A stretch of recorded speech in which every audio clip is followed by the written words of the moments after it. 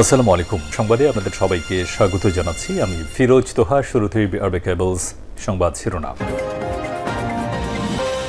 বাংলাদেশের সর্বশেষ গুরুত্বপূর্ণ আপডেট সংবাদে আপনাকে স্বাগত। শুরুতেই সংবাদ শিরোনাম, পরে বিস্তারিত। প্রথমে জানাবো, গোপালগঞ্জে সাধারণ জনগণ কেউ ঘর থেকে বের হবেন না বললেন আসিফ মাহমুদ। জীবন মৃত্যুর পরিস্থিতি না হলে গোপালগঞ্জের সাধারণ মানুষ রাতে ঘর থেকে বের না হওয়ার নির্দেশ দিয়েছেন স্থানীয় সরকার উপদেষ্টা আসিফ মাহমুদ সজীব ভুঁইয়া। আজ সামাজিক যোগাযোগ মাধ্যম ফেসবুকে এক পোস্টে আহ্বান জানান তিনি। এরপর জানাবো, গোপালগঞ্জে কারফিউ জারি। গোপালগঞ্জে কারফিউ জারি করা হয়েছে আজ রাত ৮টা হতে বৃহস্পতিবার ১৭ জুলাই বিকাল ৬টা পর্যন্ত কারফিউ বলবৎ থাকবে। সন্ধ্যায় প্রেস উইংয়ের পাঠানো এক বার্তায় তথ্য নিশ্চিত করা হয়েছে। এদিকে গোপালগঞ্জে এনসিপির কর্মসূচিতে হামলার ঘটনায় সরকারের কঠোর বার্তা।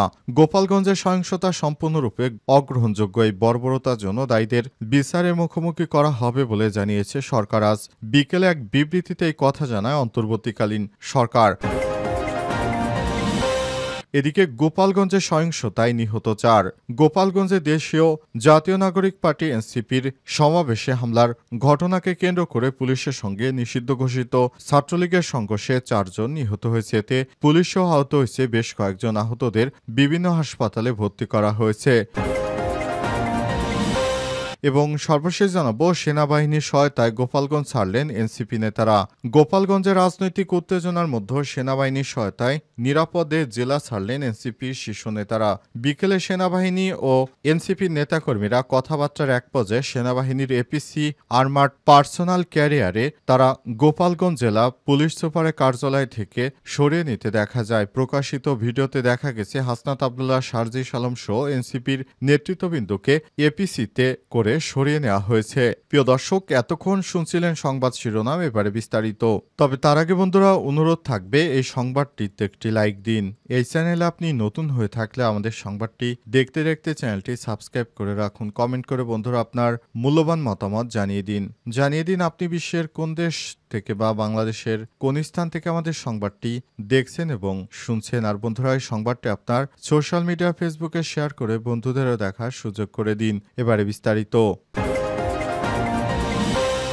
গোপালগঞ্জে সাধারণ জনগণ কেউ ঘর থেকে বের হবেন না, আসিফ মাহমুদ। জীবন মৃত্যুর পরিস্থিতি না হলে গোপালগঞ্জে সাধারণ মানুষ ঘর থেকে বের না হওয়ার নির্দেশ দিয়েছে স্থানীয় সরকার উপদেষ্টা আসিফ মাহমুদ সজীব ভুঁইয়া। আজ সামাজিক যোগাযোগ মাধ্যম ফেসবুকে স্ট্যাটাসে এই তথ্য জানান তিনি। আসিফ মাহমুদ বলেছেন, গোপালগঞ্জে কারফিউ জারি করা হয়েছে। জীবন মৃত্যুর মতো পরিস্থিতি না হলে সাধারণ জনগণ কেউ ঘর থেকে বের হবে না। তিনি আরও বলেছেন, সব আইন শৃঙ্খলা রক্ষাকারী বাহিনীর সদস্য সংখ্যা বাড়ানো হয়েছে। গোপালগঞ্জে নিষিদ্ধ সংগঠনের সন্ত্রাসীদের ভেঙে দেয়া হবে। পুলিশ কন্ট্রোল রুম থেকে সবকিছু মনিটরিং এবং প্রয়োজনীয় দিক নির্দেশনা দিচ্ছেন স্বরাষ্ট্র উপদেষ্টা, যুব ক্রীড়া উপদেষ্টা, আইন শৃঙ্খলা রক্ষাকারী বাহিনীর প্রধানরা। এর আগে সন্ধ্যায় প্রধান উপদেষ্টার প্রেস উইং এর পাঠানো এক বার্তায় কারফিউর কথা জানানো হয়। বার্তায় বলা হয়েছে, আজ রাত ৮টা থেকে পরদিন বৃহস্পতিবার সকাল ৬টা পর্যন্ত এই কারফিউ বলবৎ থাকবে। কারফিউ চলাকালে কেউ যদি ঘর থেকে বের হয় তাদেরকে সঙ্গে সঙ্গে অ্যাকশনে যাওয়া হবে এবং যে কোনো অনাকাঙ্ক্ষিত ঘটনার জন্য কেউ দায়ী থাকবে না। আগেই প্রশাসনের পক্ষ থেকে এই ধরনের জরুরি নির্দেশনা জারি করা হয়েছে, যাতে গোপালগঞ্জে কেউ ঘর থেকে বের না হয় আর কেউ যেন এই সন্ত্রাসী ছাত্রলীগের নেতাকর্মীদেরকে প্রশ্রয় না দেয়। ব্যাপারে সরকারের পক্ষ থেকে জরুরি নির্দেশনা জারি করা হয়েছে। যারা আজ সারাদিন সন্ত্রাসী কর্মকাণ্ড করেছে, যারা জেলখানায় হামলা চালিয়েছে, পুলিশের গাড়ি ভাঙচুর করেছে, ইউএনওর গাড়ি ভাঙচুর করেছে এবং যেসব সন্ত্রাসীরা শিক্ষার্থীদের উপর হামলা চালিয়েছে, পুলিশ সদস্যদের উপর হামলা চালিয়েছে, তাদের শেষ না দেখা পর্যন্ত আইন শৃঙ্খলা রক্ষাকারী বাহিনী থামবে না। গোপালগঞ্জে কারফিউ জারি। গোপালগঞ্জে কারফিউ জারি করা হয়েছে। রাত ৮টার পর বৃহস্পতিবার ১৭ জুলাই সকাল ৬টা পর্যন্ত কারফিউ থাকবে। সন্ধ্যায় প্রেস উইংয়ের পাঠানো এক বার্তায় কথা জানানো হয়েছে। বার্তায় বলা হয়েছে, আজ রাত ৮টা থেকে পরবর্তী বৃহস্পতিবার সন্ধ্যা ৬টা পর্যন্ত কারফিউ জারি করা হয়েছে। এদিকে কারফিউ জারি করা হয়েছে জানিয়ে যুব ক্রীড়া উপদেষ্টা আসিফ মাহমুদ সজীব ভুঁইয়া সামাজিক যোগাযোগ মাধ্যমে স্ট্যাটাস দিয়েছেন। এ সময় সেখানে বিপুল সংখ্যক সেনা সদস্য, আইন শৃঙ্খলা রক্ষাকারী বাহিনীর সদস্যদেরকে মোতায়েন করা হয়েছে। পুরো গোপালগঞ্জকে এবার নিরাপত্তার চাদরে ঢেকে ফেলা হয়েছে, যাতে করে কোনো অনাকাঙ্ক্ষিত ঘটনা আর কোনো সন্ত্রাসীরা না ঘটাতে পারে। আজ সারা দিনব্যাপী যে ধরনের কর্মকাণ্ড ঘটিয়েছে, তাতে করে তাদের বিরুদ্ধে এবার চড়াও হয়েছে প্রশাসনের পক্ষ থেকে বারবার বলা হয়েছে, শান্তিপূর্ণ কর্মসূচিতে কেউ যদি বাধা দেয় তাহলে তাদের বিরুদ্ধে কঠোর পদক্ষেপ গ্রহণ করবে বাংলাদেশের আইনশৃঙ্খলা রক্ষাকারী বাহিনী। কিন্তু দেখা গেল সর্বশেষ এই নিষিদ্ধ সংগঠনের সদস্যরা তারা ব্যাপক হারে আজ সারাদিন পুলিশের উপর হামলা চালিয়েছে। এ সময় সেনাবাহিনী, পুলিশ, আইনশৃঙ্খলা রক্ষাকারী বাহিনীর পাশাপাশি তারা এনসিপির নেতাদের উপরও হামলা চালিয়েছে। পাশাপাশি গোপালগঞ্জের বিভিন্ন গুরুত্বপূর্ণ স্থাপনায় তারা হামলা চালিয়েছে। এমনকি তারা জেলখানায় হামলা চালিয়ে সেখান থেকে পুলিশ সদস্যদেরকে ব্যাপক মারধর করেছে। অবস্থায় পুরো গোপালগঞ্জ জুড়ে সাঁড়াশি অভিযান পরিচালিত করবে সেনাবাহিনী। অবস্থায় গোপালগঞ্জে যারা আছেন তারা ঘর থেকে বের হবেন না। গোপালগঞ্জে এনসিপির কর্মসূচিতে হামলার ঘটনায় সরকারের কঠোর বার্তা।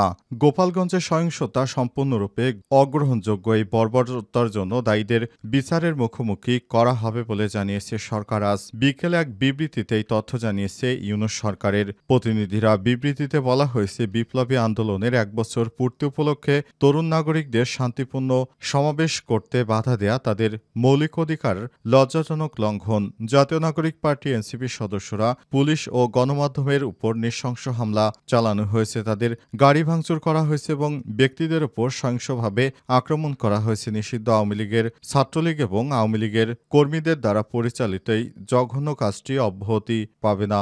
অপরাধীদের দ্রুত চিহ্নিত করতে হবে এবং তাদের সম্পূর্ণ জবাবদিহিতা করতে হবে। বাংলাদেশে কোনো নাগরিকের বিরুদ্ধে এই ধরনের সহিংসতার কোনো স্থান নেই। প্রশাসনের সাহসের প্রশংসা করে বিবৃতিতে বলা হয়েছে, আমরা সেনাবাহিনী এবং পুলিশের তাৎক্ষণিক হস্তক্ষেপের জন্য তাদের প্রশংসা করি এবং এই বিদ্বেষপূর্ণ হুমকি সত্ত্বেও যারা আমাদের সমাবেশ চালিয়ে গেছেন তাদের স্থিতিস্থাপকতা এবং সাহসের প্রশংসা করি। এই বর্বরতার জন্য দায়ীদের বিচারের মুখোমুখি করা হবে জানিয়ে বিবৃতিতে আরও বলা হয়েছে, এটি সম্পূর্ণরূপে স্পষ্ট করে দেওয়া উচিত যে আমাদের দেশে সহিংসতার কোনো স্থান নেই। ন্যায় বিচার অবশ্যই জয়লাভ করবে এবং করবে। এটি অবশ্যই যারা এই ধরনের কর্মকাণ্ড পরিচালিত করেছে তাদের বিরুদ্ধে শক্ত পদক্ষেপ শুরু হয়ে গেছে আজ সন্ধ্যা থেকেই।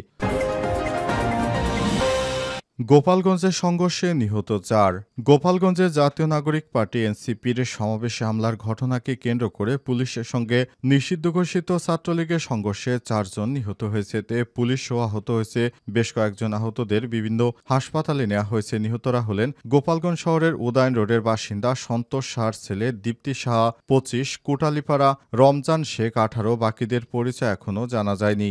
গোপালগঞ্জ জেলা সদর হাসপাতালের আবাসিক মেডিকেল অফিসার RMO বিষয়টি নিশ্চিত করেছে। এর আগে দুপুরের দিকে গোপালগঞ্জে সমাবেশ শেষে জাতীয় নাগরিক পার্টি এনসিপির পদযাত্রায় হামলা চালায় নিষিদ্ধ ঘোষিত ছাত্রলীগের নেতাকর্মীরা। এতে রণক্ষেত্রে রূপ নেয় গোপালগঞ্জ। এই ঘটনায় জেলায় ১৪৪ ধারা জারি করেছে স্থানীয় প্রশাসন। আজ ১৬ জুলাই দুপুরে জেলা প্রশাসন এই ঘোষণা দেয়। এনসিপি নেতাদের অভিযোগ, জয় বাংলা স্লোগান দিতে দিতে এনসিপির সমাবেশ মঞ্চে হামলা চালায় নিষিদ্ধ ঘোষিত ছাত্রলীগের নেতাকর্মীরা।